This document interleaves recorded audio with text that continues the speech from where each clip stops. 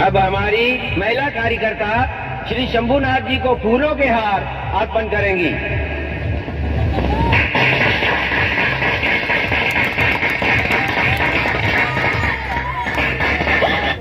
क्या हो गया तुझे?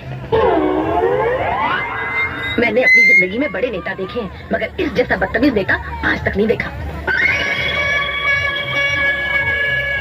मंत्री जी, आप यहाँ महिलाओं का उद्धार करने आए हैं या छेड़खानी? आप जानते नहीं हम कौन हैं? अबे लाला, तूने क्या पिला दिया इसको? मैंने क्या पिलाया? मैंने तो सिर्फ इसे जूस पिलाया था। अच्छा, अगर जूस पिलाया था तो इसको ये नशा कैसे हो गया? क्या मतलब?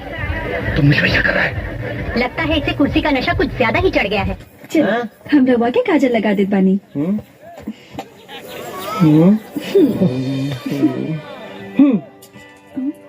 हेने लगा देलू, हे में के लगाई? हे में? अच्छा बाबा, ओहिजा लगा दे बानी।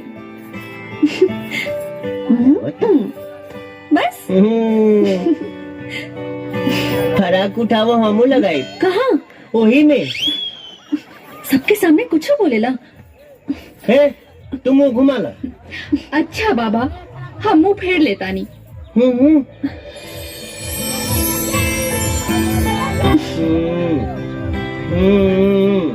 ए पर छपरा, ओ पर बोलियां, पिछवा में गंगा माई।